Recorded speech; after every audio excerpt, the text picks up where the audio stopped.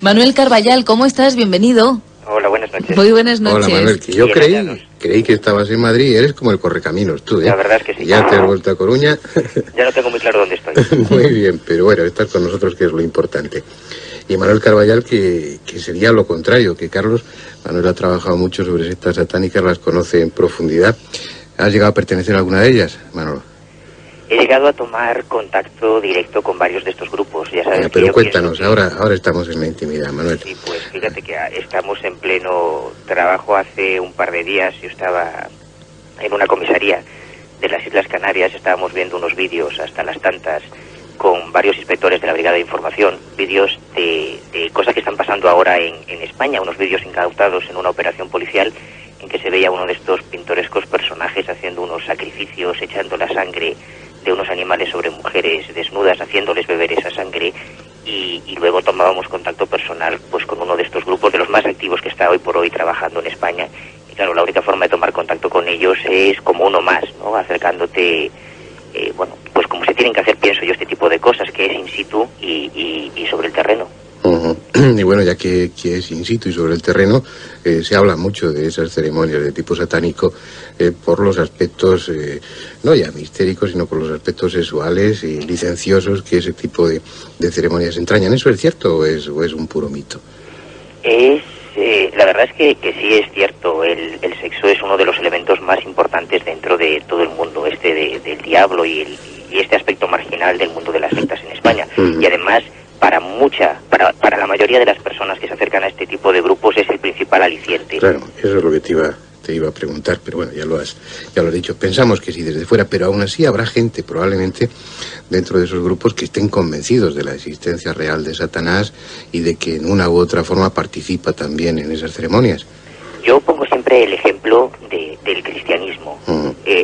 Un misionero mormón un elder mormón tiene muy poco que ver con un sacerdote de la Iglesia Ortodoxa rusa, que tiene muy poco que ver con un misionero de los Testigos de Jehová, que tiene muy poco que ver con un cuáquero, que tiene muy poco que ver con un católico, aunque todos ellos se dicen cristianos. Dentro del culto al diablo, de la demonolatría, aunque nosotros diferenciamos un poco maniqueamente dos aspectos, el satanismo y el luciferismo, hay una cantidad de matices que hacen de este tipo de movimientos ideológicos, por decirlo de alguna forma, un tema tremendamente rico. Y hay auténticos creyentes y auténticos devotos, y casi te diría más, auténticos místicos dentro del satanismo, como hay auténticos majaderos que solo buscan pues otro tipo de cosas más terrenales.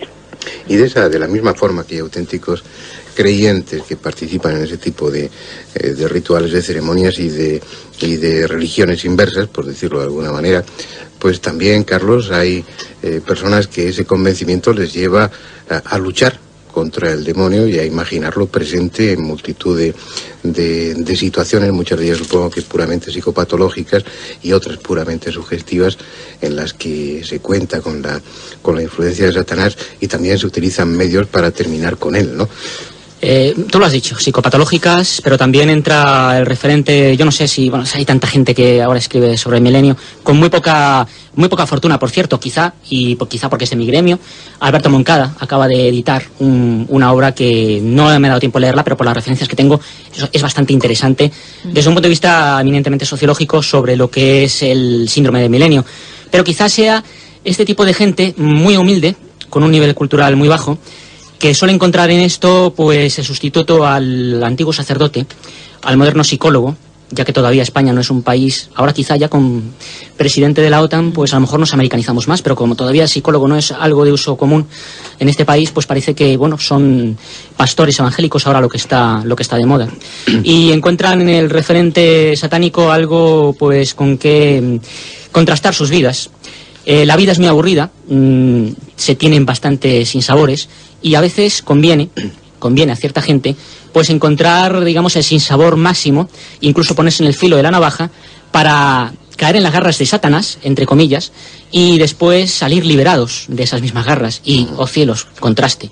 Me siento mucho mejor. Oh, qué mal que está este otro aquí al lado y yo no estoy tan mal. Mira, este aquí al lado está poseído, yo no. O sea, esto... Carlos, una cosa es hablar, en teoría, de una forma con conocimiento de causa, pero informando, y otra cosa es acercar a los oyentes a cómo es en realidad eso, igual que Manuel Carballal pues yo no estoy muy convencido si con un afán simplemente de investigación se ha metido en las sectas, ¿no, Manuel? Pues Carlos también ha tenido que estar dentro o muy cerca de esos grupos. Incluso nos has traído algunas grabaciones de lo que sucede durante esas sesiones de exorcismo, que creo que podrían ir ilustrando perfectamente todo esto. A mí me ha parecido una buena idea. Vamos a escucharlo. Está preparado José Luis Gómez. Adelante. ¡Cristo! ¡Cristo! ¡Cristo! ¿Qué? ¡Cristo! ¿Qué? ¡Sal de Andrés!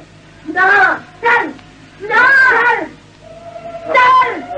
¡Sal! ¡Sal! ¡Tranquilo! ¡Sal! ¡Cristo! ¡Lo movió! ¡Sí! ¡El Espíritu Santo! ¡Sal! ¡Sal! ¡Sí! ¡Te lo ordena Cristo, el Todopoderoso! ¡Obedece, Satán! ¡Obedece! Ahí, en la guarida infernal, quiero que te vayas. ¡A tu guarida infernal quiero que te vayas!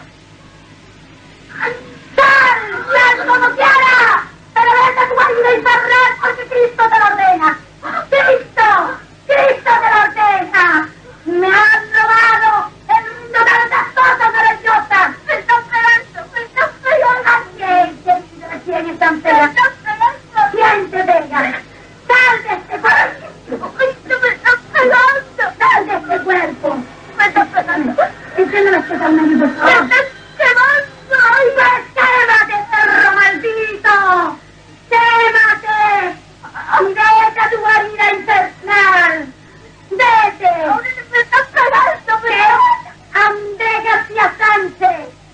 ¡Tú no engañas, pero Satán te engaña! ¡Me estás pegando! ¡Que te pegue! ¡Que ya bastante te has sacudido! Tremendo, pero esto no es una representación dramática, es algo real. Es algo... ¿Qué es lo que pasaba? ¿Dónde sucedió esto? Esto ocurrió en Las Palmas de Gran Canarias, a manos de una santera exorcizando a un niño de 13 años, creo. Pero este documento me vino de mano de Manuel Carballal, o sea que yo creo que quién mejor que él que lo pueda explicar. Manuel, ¿te escuchamos? Yo es que creo que, como se dice vulgarmente, me lo habéis dejado a huevo. Porque yo dejaría una reflexión sobre la mesa. Yo hablo por mi experiencia personal. Este caso, que es de un chaval, de un joven canario que tenía una serie de problemas, en mi opinión, psicológicos, pero que con unos padres creyentes pues consideran que casi todos los problemas psicológicos tienen un origen diabólico, incluso muchos problemas somáticos. Esto ocurre más en los cultos protestantes, y eso Carlos lo sabe bien, que en la Iglesia Católica, que es mucho más exigente para los exorcismos. Y de hecho viene a mi mente un caso terrible que hubo hace unos años en un pueblecito de Alicante, en que pues una iglesia, concretamente la iglesia de Filadelfia, una de estas iglesias protestantes, había encerrado en una nave industrial a un montón de chavales de 10, 11, 12, 14 años, y un exorcista pues se dedicaba primero a convencerles de que tenían el demonio en el cuerpo y luego a echárselo casi a patadas. Cuando hubo una intervención policial, un inspector de la Policía Nacional que por su propia cuenta tomó cartas en el asunto, bueno, pues fue denunciado por los padres de los niños, porque ellos eran creyentes, eran protestantes y consideraban que sus niños estaban poseídos y lo que les hacía falta era un exorcista y no un psiquiatra o un policía. Pero sí. Es una cosa muy breve nada más. Yo en mi modesta experiencia, en todos estos años investigando un poco el tema del diablo y de las sectas en España, los casos más dramáticos y más brutales, y cuando hablo de dramáticos quiero decir que han costado vidas, que se ha llegado a crímenes y asesinatos, se han cometido en el nombre de Jesús y no en el nombre del diablo. Aunque ahora estamos trabajando con la policía en un par de casos en que posiblemente niños pequeños han sido utilizados en misas negras en España, los casos más, por ejemplo, el caso de la niña de Almansa, de Rosa González, una niña de 11 años, a la que su propia madre le arranca los intestinos en vivo para quitarle el demonio del cuerpo. A veces ese fanatismo fundamentalista en el nombre de Cristo puede ser mucho más terrible que los peores ritos satánicos. Sí, por lo que tú contabas eran los padres de este muchacho, de este niño, los creyentes, y lo que se escuchaba en la grabación es que el pobre niño daba la impresión de no estar muy convencido de la posesión, y lo que hacía era quejarse, me están pegando, se lamentaba, ¿no? Sí, y bueno, había que ver la cara de la mujer, que repito que esto pasa sobre todo en las iglesias protestantes, en que bueno, el tema de los exorcismos es mucho más flexible y mucho más, y lo mismo pasa en las iglesias anglicanas y en Inglaterra, que son mucho más flexibles a la hora de considerar que una persona está poseída y hacer exorcismos un tanto light, ¿no? Incluso en algunos grupos evangélicos hay carpas que se utilizan ya solo para eso, para echar demonios de todo tipo. Mientras que en la Iglesia Católica ha de hacerse una investigación, evidentemente tiene que nombrarse una comisión muy concreta, y después de desechar todas las posibilidades es cuando se nombra un sacerdote con el cargo de exorcista para llevar a cabo el exorcismo, pero es la última medida dentro de una cadena mucho más compleja. Muy bien. Carlos, ¿qué ve contándonos? Bueno, como bien decía Manuel Carballal, este tipo de cultos, de ceremonias, se desarrollan habitualmente, casi exclusivamente, en el seno de las iglesias evangélicas. Es cierto que no todas, sobre todo las de matiz pentecostal, carismático, y el escenario, para contarlo muy sucintamente, es un pequeño recinto donde aproximadamente hay bastante arremolinadas, unas 30, 40 personas. Empieza con una puesta en escena, cantando, bailando, dando palmas. El pastor empieza a dar una serie de proclamas en voz alta, va subiendo el ambiente, va subiendo la tensión, con lo cual se va creando un ambiente de histeria colectiva, hasta que en un momento determinado el oficiante llama al frente del local a aquellas personas que se sientan mal, que tienen algún pequeño percance, problema sea de salud mental o física. Pero siempre es curioso, no sé por qué, yo al menos siempre lo he visto, que entre algunas de estas personas siempre hay alguna en la cual el pastor fija sus manos, le hace imposición de manos y esa persona se desploma en el suelo. En algunos casos empieza a tener algo parecido a un ataque epiléptico. Hay veces que se suelta espuma por la boca. Yo he presenciado vómitos. Y, por ejemplo, lo que vamos a oír ahora es precisamente un documento de este tipo, de un culto evangelístico, donde dentro del barullo de toda la gente gritando, se oye la voz de fondo del pastor haciendo una proclama sobre una chica que ya estaba en el suelo y la está supuestamente exorcizando.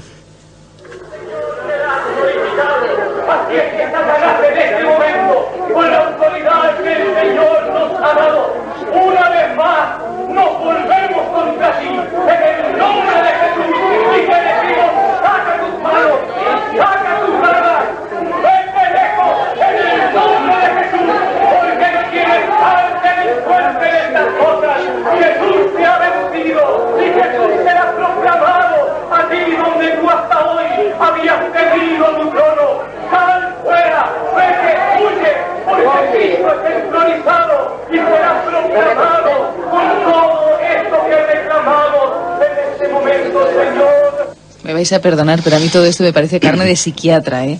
Pero de psiquiatra, vamos, de... Pues no, Sí. lamentablemente no, porque yo estoy convencido de que aunque colocáramos en nuestra mesa a la salida del templo, pues ninguno de ellos se consideraría No, seguro que no, necesitado claro. de nuestros servicios. No, ese es el problema, ¿no?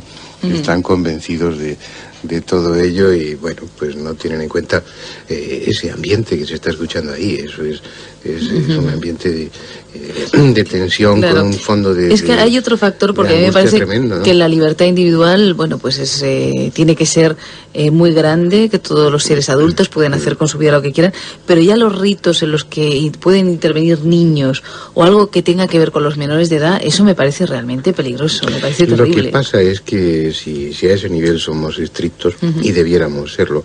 Yo escribí hace ya muchos años un artículo de opinión que se llamaba La Anticruzada, donde lo que yo insistía es que si queríamos que nuestros hijos fueran auténticamente libres, no debiéramos imponerles una religión, ni un concepto de patria, ni un concepto de raíces, ni todo eso que en el fondo, y en mi humilde criterio, es pura basura. Y que es una especie de mochila que colocamos a la espalda de nuestros hijos, que va a cargar toda la vida sobre ellos, va a gravitar y a veces les va a llevar, no hay más que ver lo que pasa con los jóvenes radicales, como se les llama ahora, que a veces va a generar actos de una tremenda violencia que van a dejar su lacra con toda seguridad a lo largo de toda su vida. Pienso que eso habría que aplicarlo hasta las últimas consecuencias. Y si damos un carácter a muchos rituales dentro de las religiones establecidas, un carácter de compromiso, tendríamos que ser muy conscientes de que hasta qué punto tenemos derecho de comprometer a nuestros hijos en algo que nosotros creemos, ¿no? Es un tema complejo. Desde luego que sí. Y Carlos, ¿qué importancia, qué magnitud tiene este tipo de grupos aquí en España? Es decir, ¿qué importancia tienen? ¿Son numerosos? Aquí en España yo todavía no dispongo de estadísticas fiables. Hace poco el CIS, por medio de su revista Reis, sacó a cargo de Fernando Díaz Salazar, un especialista en sociología de la religión, algo sobre nuevos movimientos religiosos. Lo que pasa es que no hay cifras fiables. Se calcula y hace poco recibí de la FEREDE, la Federación de Entidades Religiosas Evangélicas de España, una estadística que cifraba en creyentes evangélicos fundamentalistas, esto hay que dejarlo claro, no es todo el mundo protestante, digamos el mundo protestante histórico de iglesias luteranas, calvinistas, sino son iglesias de tipo pentecostalista, creyentes en los dones del Espíritu Santo, en la glosolalia. Tendremos ocasión, creo que nos va a dar tiempo, de escuchar un documento donde se escucha una de estas glosolalias, de hablar en lenguas, supuestamente ellos dicen que arameo, este tipo de cosas.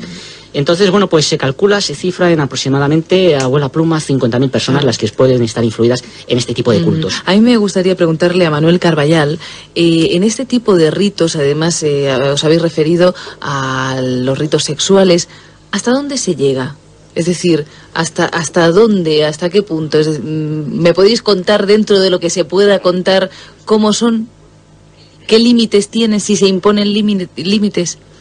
Yo creo que en beneficio de los oyentes deberíamos diferenciar radicalmente los dos tipos de grupos de los que estamos hablando. Por un lado estamos hablando de grupos fundamentalistas cristianos, sí, y por otro lado de sectas satánicas, que no tienen mucho en común, salvo que en los dos casos la figura del diablo tiene un papel protagonismo, ¿no? Unos para condenarlo y atacarlo y perseguirlo, y otros para alabarlo.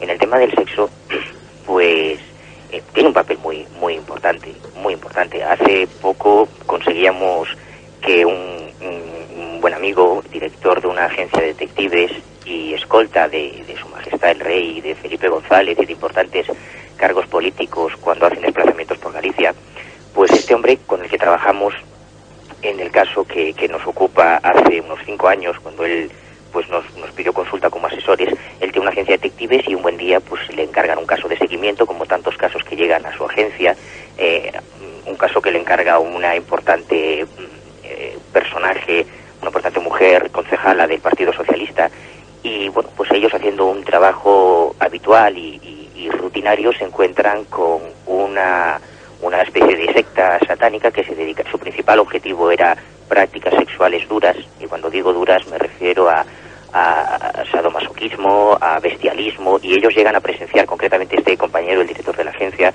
llega a presenciar en el seguimiento que hacen al personaje que se les encarga, pues se localizan un chalet cerca de la frontera portuguesa, en el que empiezan a llegar Mercedes, coches importantes personajes de la vida pública que evidentemente él reconoce, y presencia una especie de misa negra en la que terminan pues haciendo todo tipo de aberraciones, incluyendo prácticas sexuales con animales, ¿no? Por supuesto no se puede hacer de esto el todo, esto es un caso excepcional afortunadamente, pero te quiero decir con eso que el sexo tiene un papel muy importante, quizás sea el principal argumento dentro del culto satánico, y no tiene más límite que la imaginación de los practicantes. Carlos, nos habías contado que tenías otro testimonio.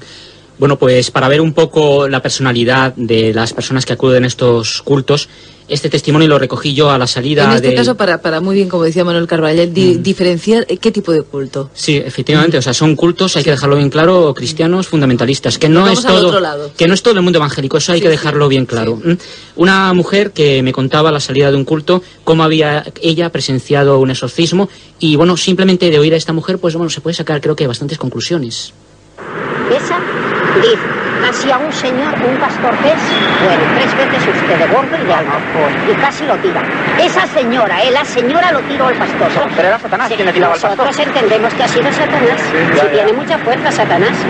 Hombre, claro, es que Satanás tiene una fuerza. Esa chica del cáncer. Bueno, venga, tú dices que eres Satanás, que tiene más fuerza que el Señor. Oiga, como un hombre. ¿Sí? Esa chica, si la oye usted ahora hablar, verá una mujer normal y corriente. Claro, normal y corriente. Pero es que esa ponía voz de hombre. Y ahí yo la he visto, entonces iba a su madre con ella. Y cuando terminó y la pastor ya le quitó salió el diablo, le dice, ¿qué hago aquí? Dice, ¿qué hago aquí? Dice, ¿no sabes lo que haces aquí? Dice, no sé qué hago aquí.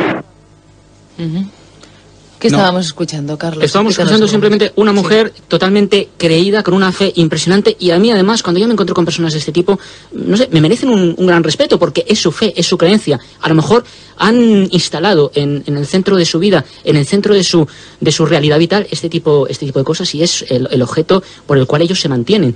Esta persona, además, para más detalles, es una mujer que tiene un hijo paralítico de nacimiento, y decía ella, estaba convencida de que su hijo se iba a curar con la fuerza del Espíritu Santo, de Cristo. Bueno, pues si ella se lo cree y es feliz, pues yo no tengo personalmente por qué poner reparo a ello. Yo si me permite... Manuel, sí, interven, sí. Sí pongo reparo, porque a mí, además de merecerme, por supuesto, todo el respeto del mundo, cualquier persona tiene derecho a hacer lo que quiera, a mí me asustan este tipo de cosas, me producen un gran temor, porque yo estoy convencido que si el pastor de esta mujer o el pastor de un montón de creyentes, sean protestantes, católicos, mormones o cualquier manifestación del cristianismo, les dice que el diablo está, pues no sé, en ti, por ejemplo, pues puedes tener muchos problemas y se han dado muchos casos terribles de por la orientación de un determinado pastor o de un determinado sacerdote, pues eso le ha costado la vida a una persona que se consideraba que estaba en manos del diablo, que era impura y demás. A mí todo ese tipo de fanatismos es cierto que pueden reconfortar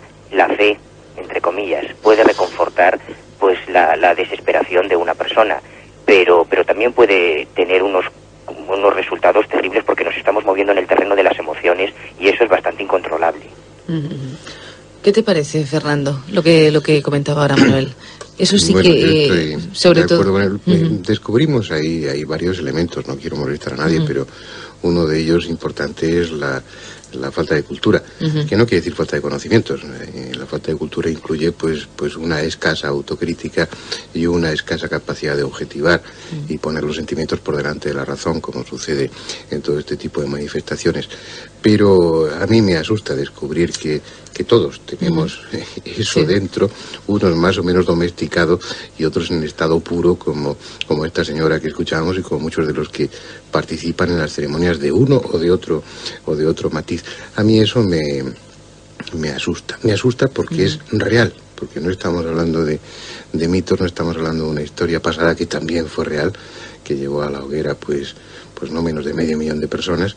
Y bueno, tomar conciencia a través de este tipo de manifestaciones y de testimonios de que eso está vigente, de que estamos acabando un siglo supuestamente tecnificado y demás, y que a nivel espiritual pues hay muchas personas, muchísimas, que no han evolucionado o que están involucionando, y que si uno se plantea cuáles son los riesgos más o menos inminentes que tiene el mundo, la sociedad, pues ves que van llegando del fundamentalismo, de la intolerancia, de esos movimientos que surgen ahora en los países árabes y que bueno, y que son un remedio de lo que sucedió en la Europa católica pues hace 5 o 6 siglos. No es otra historia diferente. Yo no sé si esto es muy plano o incongruente, pero se podría decir de alguna manera que, por ejemplo, en el tipo de ritos satánicos que se han descrito, de los que hablaba también Manuel Carballal, pueden intervenir esas personas con un cierto estatus, con una cierta cultura, para pues desahogar pues ciertos instintos, ¿no?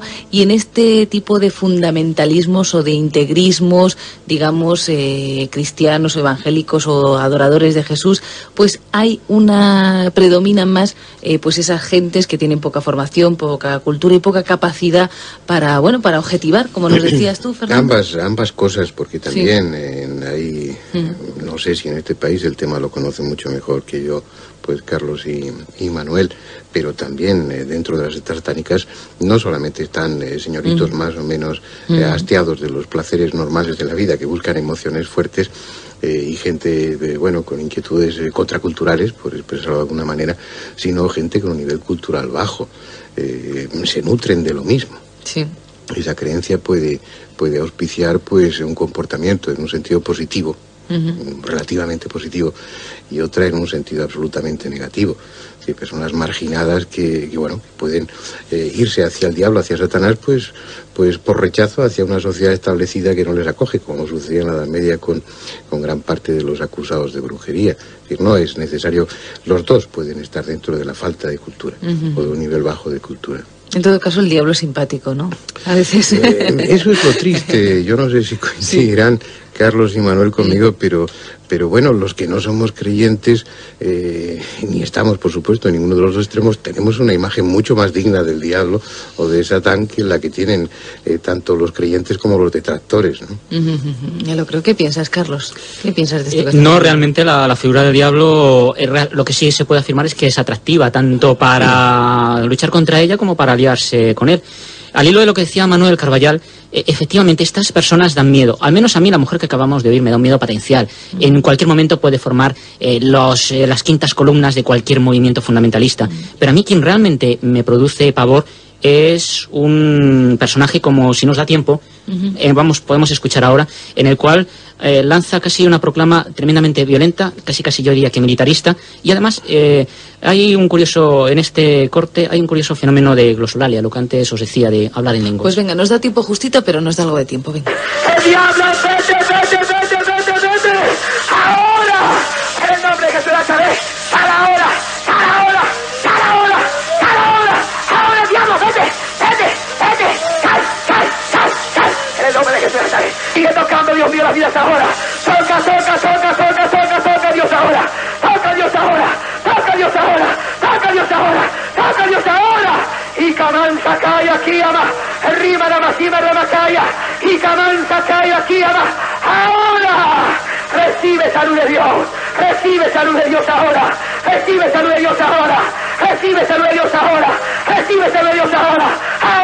Ahora, toca Dios ahora.